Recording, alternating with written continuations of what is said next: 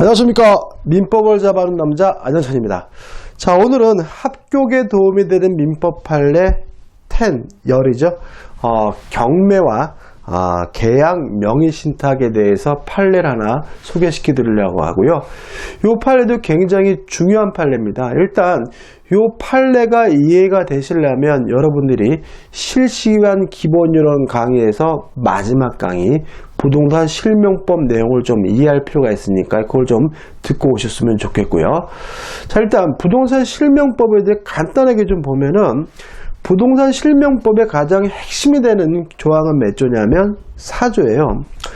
부동산 실명법은 명의신탁을 금지하고 있거든요. 따라서 이랑 명의신탁 약정은 무효로 한다. 이렇게 되어 있죠. 그 다음에 2항. 자, 명의신탁이 금지가 되니까 물권 변동 등기도 무효가 되겠죠. 따라서 2항에서 하얀색 부분은 등기가 이루어지면 그 물권 변동도 무효다라고 하고 있거든요. 근데 이 물권 변동 등기가 항상 무효인 것은 아니고요. 예외적으로 유효한 경우가 있어요.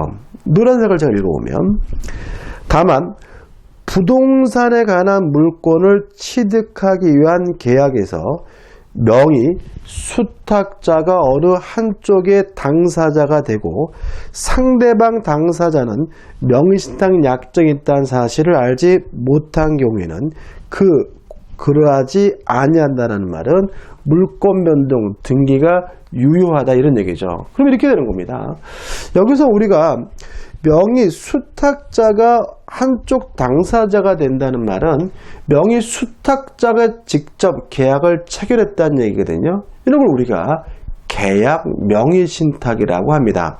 다시 말하면 명의 수탁자가 스스로 매매 계약도 하고 자기 앞으로 등기까지 했다면 이걸 계약 명의신탁이라고 하는데 이 계약 명의신탁의 경우에는 타방 당사자 매도인이 명의신탁 사실에 대해서 선이라면 그 물권 변동 등기는 유효하다라는 거죠. 자, 그럼 일단 기억해 보자고요. 자, 명의신탁은 금지가 됩니다.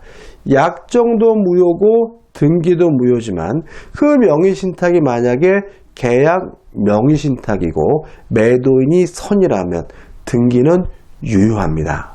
자, 이거 가지고 이제 판례를 볼 겁니다. 자, 사실관계는 이렇습니다. 자, 병이라는 사람이 있는데 이분이 채무를 변제하지 못해서 자신이 가지고 있는 부동산을 법원이 뭘 했냐면 경매를 했어요.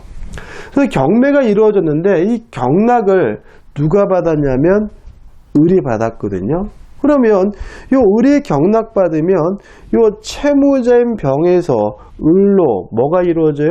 이전 등기가 이루어지기 때문에 보통 이 병을 뭐라 그러냐면 매도인이라고 하는 거죠.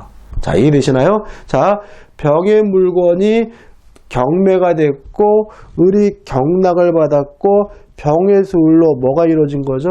등기가 이루어진 거죠.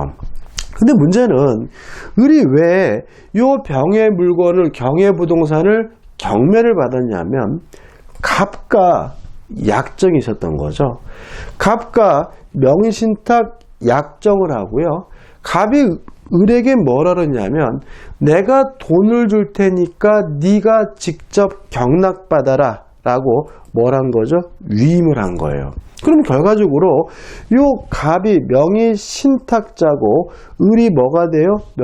명의수탁자가 되는데 그럼 명의수탁자가 스스로가 경매 참여해서 경락을 받았다면 이것도 일종의 뭐가 되는 거죠?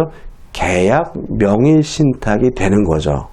자, 그럼 여기서 요 병이 을의 등기가 유효하려면 매도인인 병이 선이어야 되느냐? 원래 법에서는 매도인인 병이 선이어야지만 등기가 뭐하다고요? 유효하다라고 규정을 두고 있잖아요.